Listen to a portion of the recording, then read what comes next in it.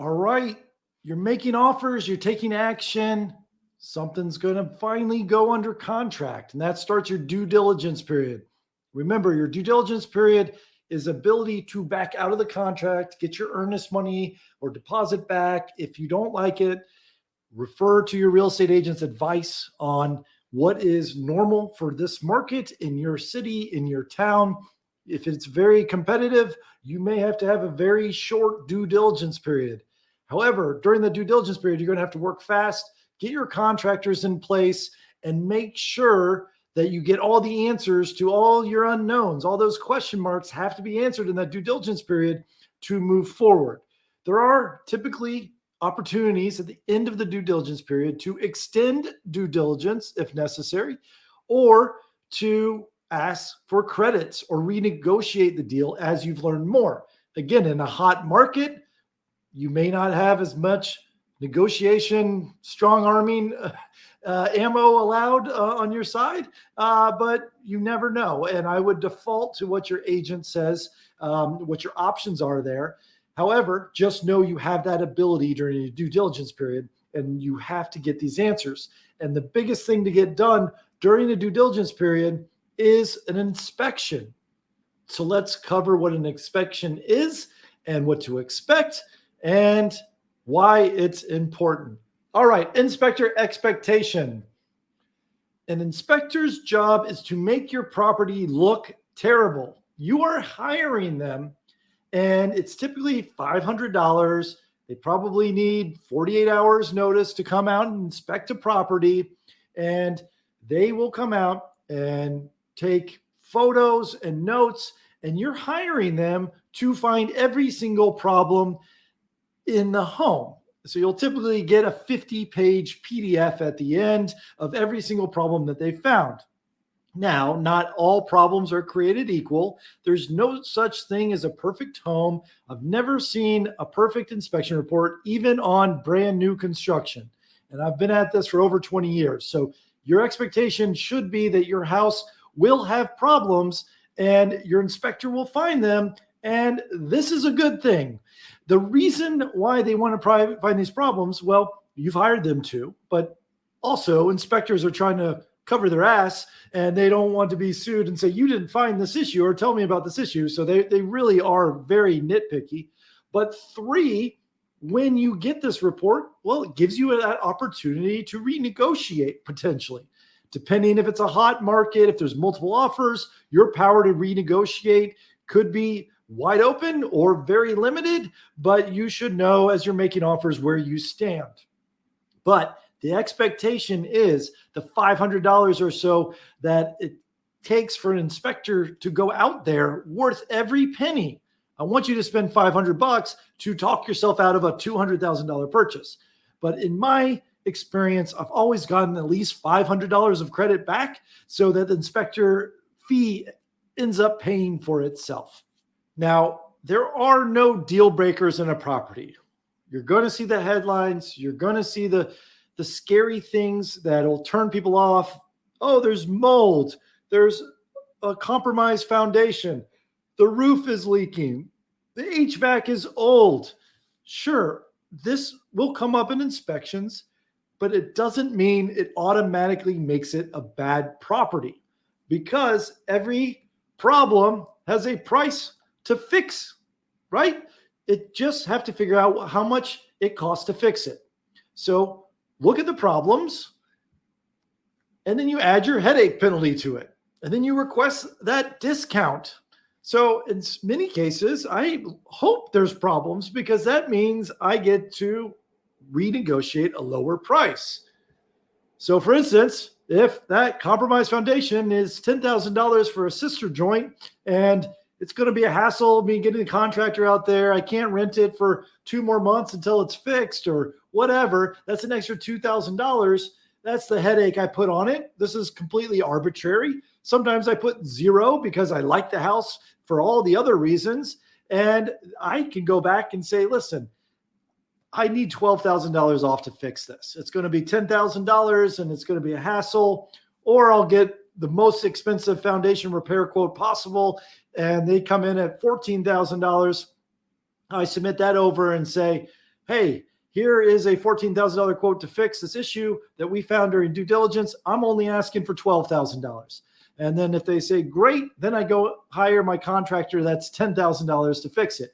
So this is why it's important to have that Rolodex of a team and contractors and inspectors so that you can work these things to your advantage. Your contractor is crucial. Don't burn them out. I have a back of the envelope repair chart, which I'll add to this class. It's a rule of thumb. Depending on your market, you may need to swing it plus or minus 10%, but there's ways you can kind of size up renovation fees on things. However, you probably want a very strong contractor contact that can come out and just give you ballpark figures and say, hey, this is really $1,200 to replace this hot water heater, or this roof's going to be $8,000 or whatever. So you can kind of create those line items so that you can renegotiate potentially to make the numbers work. I've bought many, many homes as is. I still get an inspection done, so I know what I have to repair on my own dime after I purchase the property. Now, here's the crucial thing about your contractor partner. You don't want to burn this person out. Contractors hate this. Hey, I got a property under contract. Can you come give me a quote? They come give you a quote and you say thanks, and then you back out of the deal because it's too much. And then you get under contract to another property. Hey, contractor, come out. And they give you a quote, and you're like, that's too much, and you get out of the deal.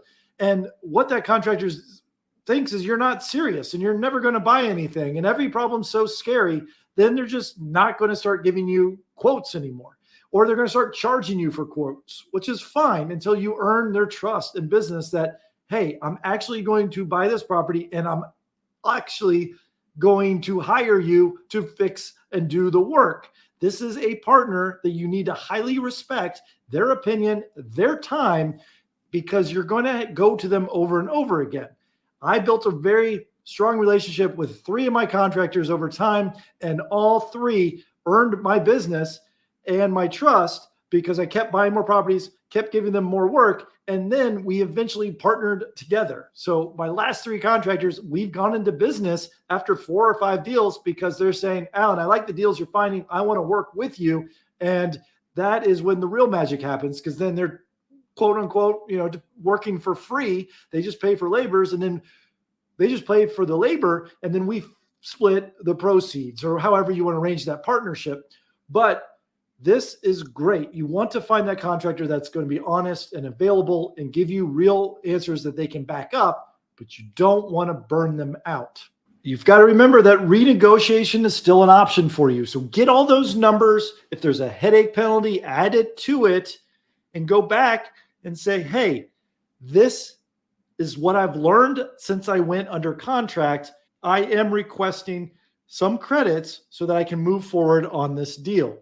Now, it's important not to burn out your agent either, because if your agent says, hey, we're getting everything under contract, that's a lot of work and effort, and then you're trying to nickel and dime on the negotiations and everything that could kill a deal, and you're constantly killing deals too, that could also burn a bridge with your real estate agent. So you just have to be upfront and honest, but I don't want you to buy a deal just to protect the feelings of your agent or your contractor. Just know these are humans working a business, and if you've used and abused them too many times, they are not going to want to continue working with you. So you just have to understand these relationships, the dynamics of these relationships, and move forward with these things in mind. Again, you may not have the ability to renegotiate if it's a very hot market, there's backup offers, but you got it under contract and your numbers work. You plug in those repair numbers, make sure your numbers still work, and move forward. Sometimes I find a lot of problems, but I don't renegotiate because I still got it at a great deal and I move forward. But it doesn't hurt to try. There's really no harm done trying. But if there's things that you know about the house before you got a home inspection, those are not negotiable. So for instance, they provide you a property disclosure that says the HVAC is 17 years old. You send an inspector out there, and the inspector says the HVAC is working, but it's 17 years old. Well, there's nothing that you can do because you did not find out new information in your due diligence period. So if you go to them and say, hey, the HVAC's 17 years old, I want you to replace it, they're going to be like, I told you that before you made your offer. It's in the disclosure and you've signed it. So that's not discovering new information. So it's only new information that you find that is negotiable. And if something's working, you don't really have the right to ask them to replace it. The roof's 20 years old, but it's working. There's no leaks. I want you to replace the roof. That's a tough ask. But if it's, hey, I can't live in it because of XYZ, then that's great. And I usually don't nickel and dimes. There's always going to be a loose toilet. There's always going to be a loose doorknob. Just deal with those things on your own. That's typical landlord stuff. Just negotiate the big ticket items because, again, you're going to be building relationships with the agent, with the contractor, maybe this buyer. You don't know how many times I've been at a closing table, bought a property, and you're building a relationship with the seller. You don't know how many times I've been at a closing table, met the seller, saying, oh, I'm going to rent this out, and I've got a few other properties in the area. And they say, oh, well, I'm trying to sell all my properties, or I've got another property here. Will you buy it? So just sort of be somewhat respectful with the negotiations through the agent, through the seller, because you never know that you could probably be talking to another real estate investor who may have more properties for you in the pipeline. Now, on some deals, people waive negotiations. If you're a newbie, I don't necessarily recommend this. However, I've had a contractor who I couldn't get the home inspector out within the 24 hours of due diligence I had on a property, but my contractor that I trust, I had him, quote unquote, inspect it. Said, hey, tell me everything that you would fix. What do you see are the problems? And after a while, I feel like I can recognize the problems that a home inspector would, but that takes time. You are not there yet. But reading and devouring those 40, 50-page inspection reports, you're going to learn what to look for because they even tell you why it's good.